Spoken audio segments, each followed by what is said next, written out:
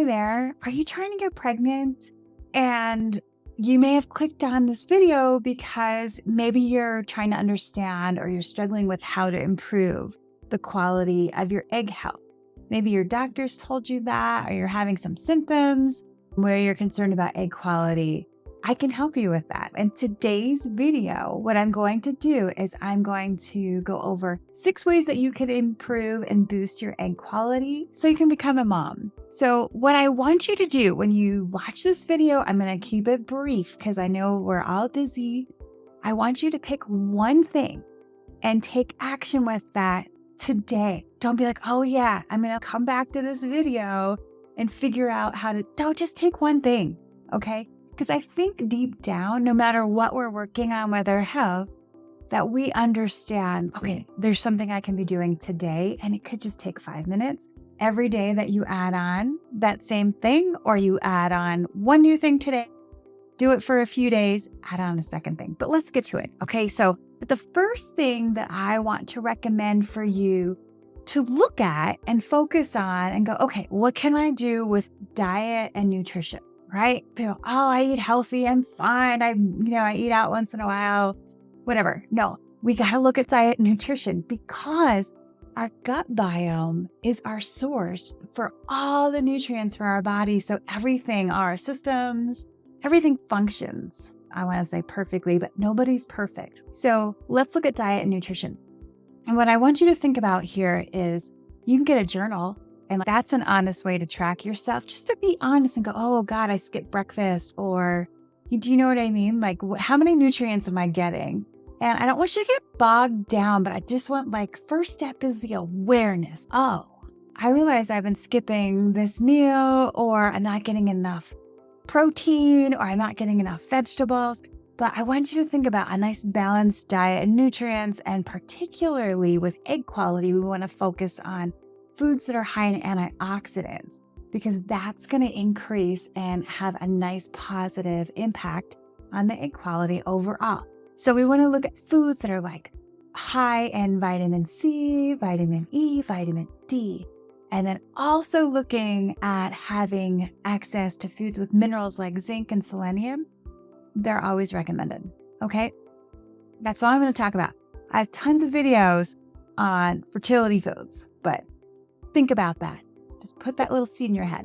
Okay, the second way that I'm going to recommend, and these are not in any order of importance, okay? Supplementation.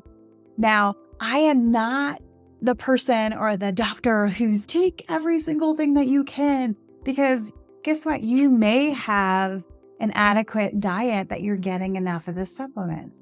However, specific to egg quality and improving it, takes 90 days, right? That's the cycle and the quality of cells and regrowth and egg quality. To increase and boost egg quality, CoQ10 has been researched, and it's definitely getting more attention as a means to improve egg quality. And a lot of the infertility and fertility clinics that I've been associated with, and I work with some of their patients, they recommend CoQ10 to their patients. So it's not just us holistic doctors out here. Everybody knows CoQ10, but make sure that's something that you need. And also some studies are showing that CoQ10 can also enhance mitochondrial function in eggs. But of course, we always need more and more research, and we need bigger populations for that research. Definitely check that out. And work with somebody, talk to your doctor, or work with somebody that understands you, your body, your history, so you can get the proper recommendations and the proper doses. All right. So third up, stress reduction. Oh, I know nobody wants to deal with stress reduction. Oh my God, me included. But once I get there and I start working on it, like I'm meditating or I'm exercising or I'm doing my deep breathing, I'm like, oh, thank God, I should do this all the time. So anyway, consider stress reduction. And so you want to think about mindfulness meditation or deep breathing meditation.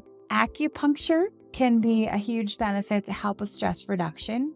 And also, acupuncture is used often to have a positive influence on boosting and improving egg quality. So definitely consider that. But stress reduction all around, just for longevity and good life and good health and for enjoying your days. We have to.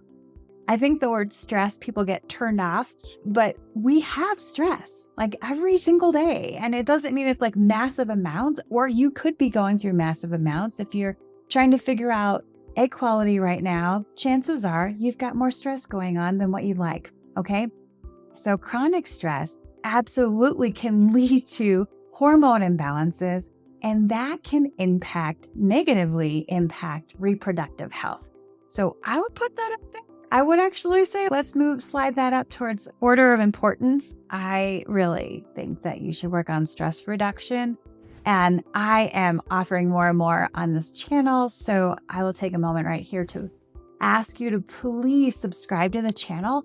Then you can get alerts when I release new videos, and I release them at least weekly, if not more. And then if you get any questions that you want to ask me, put them in the comments or drop a comment and I'll address your question in one of the upcoming lives. I'm Dr. Gina Terinoni, and I have helped thousands of women and couples to become pregnant over the last 22 plus years in my clinic.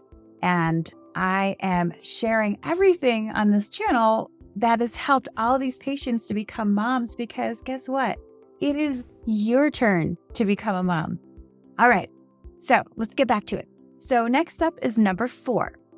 Now, this is something that for some people, be like, oh, no problem, no worries. But what I've found is that when I work with patients and we get to know each other better and they get more comfortable and we talk about a lot of stuff like going on in like their personal lives and all this, that we want to avoid harmful substances. Okay. So like toxins. So really want you to get awareness and start looking in your life and how you're entertaining with friends, or just like hanging out at home, or just like how you're taking a shower, or like what kind of makeup you're using, but limit exposure to toxins. So for sure, cigarettes, but cigarette smoke, right? So if you still live in a place or you're traveling, I mean, there's like different countries have different rules, but don't hang out where you're ingesting cigarette smoke.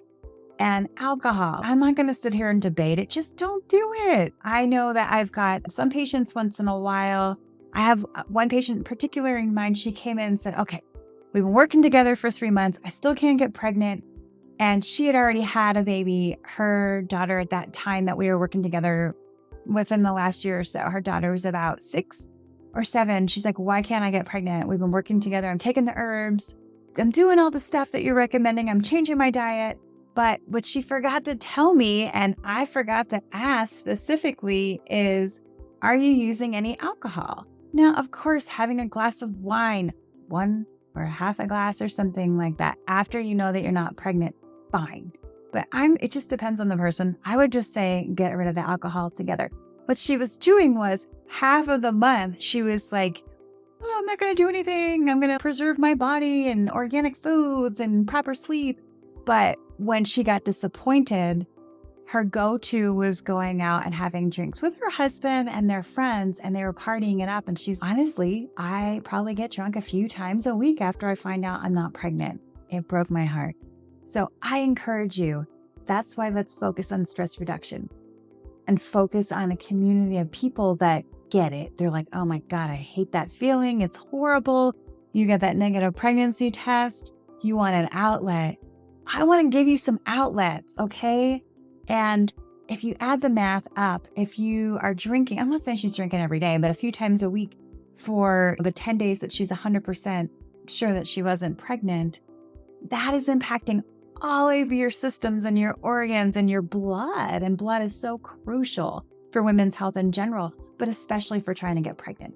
Okay, so cigarette smoke, alcohol, environmental pollutants, that's like checking out your house. I had mentioned like makeup or bathroom products, foods, pesticide, all of these things. And I have a number of videos on how to remove toxins from your life and from your environment. Please check those out. I go super detailed with that.